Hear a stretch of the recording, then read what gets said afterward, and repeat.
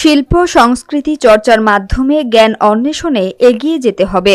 বিস্তারিত থাকছে সাভার থেকে ফয়জুল ইসলামের প্রতিবেদনে। ক্যামেরায় ছিলেন মাসুদ রানা।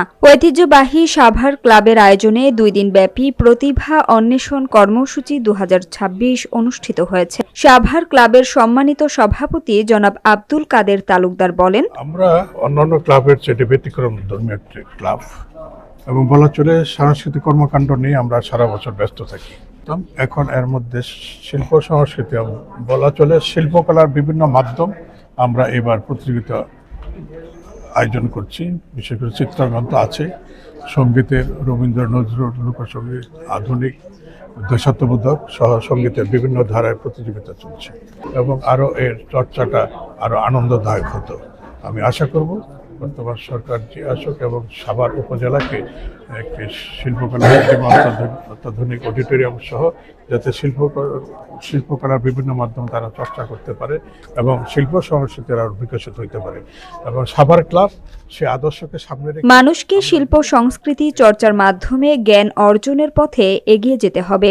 অর্থাৎ শুধু বইয়ের পড়াশোনায় সীমাবদ্ধ না থেকে শিল্প ও সংস্কৃতির চর্চার ভেতর দিয়েও শেখা, বোঝা ও চিন্তা শক্তি বাড়ানো দরকার। সাভার সরকারি কলেজ প্রাঙ্গণে সাভারের ঐতিহ্যবাহী ক্লাব সাভার ক্লাব প্রতি বছর শিক্ষার্থীদের নিয়ে প্রতিভা অন্বেষণ কর্মসূচি করে থাকেন। তারই ধারাবাহিকতায় আজকে এই অন্বেষণ কর্মসূচি ছাত্রছাত্রীদের জন্য প্রতিযোগিতার আয়োজন ছিল নানা রকম বিষয়। এখানে চিত্রাঙ্কন, নৃত্য, কবিতা আবৃত্তি, অভিনয়, দেশাত্মবোধক গান, লোকসঙ্গীত, নজরুল সঙ্গীত, রবীন্দ্রসঙ্গীত, আধুনিক গান ছাত্রছাত্রীদের মেধা বিকাশের জন্য এবং বাংলার ঐতিহ্যকে ধরে রাখার জন্য সাভার ক্লাবের এই আয়োজন।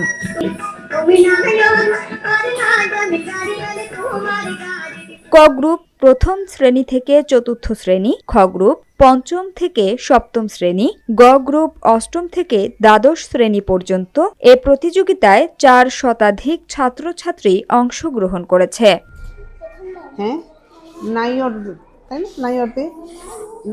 অংশগ্রহণকারীদের ভেতরে প্রচুর উৎসাহ, উদ্দীপনা এবং আনন্দ নিয়ে বাচ্চারা চিত্রাঙ্কন অংশগ্রহণ করে। এই অনুষ্ঠানে সাভার কলেজের শিক্ষক শিক্ষিকা, ছাত্রছাত্রী এবং সাধারণ জনগণের প্রচুর উৎসাহ নিয়ে উপস্থিতি লক্ষ্য করা গেছে।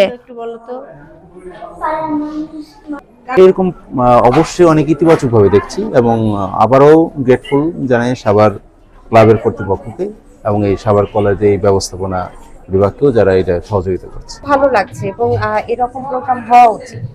এতে বাচ্চাদের আগ্রহগুলো বাড়বে এবং ওদের আসলে যে ঘটনাগুলো এখন ঘটে, বাচ্চারা মোবাইল অ্যাডিকশন বা অন্যান্য জায়গাগুলো যে ইয়ে হয়, ওই জায়গা থেকে বাচ্চারা সরে আসছে। ঠিক আছে, না আমরা একটা প্রোগ্রামে হচ্ছে যাচ্ছি, আগ্রহটা বাড়ছে। আজিয়ে প্রভাতে রবির কর, কেমনে পশিল প্রাণীর পর, কেমনে পশিল গুহার আধারে, প্রভাত পাখির গান।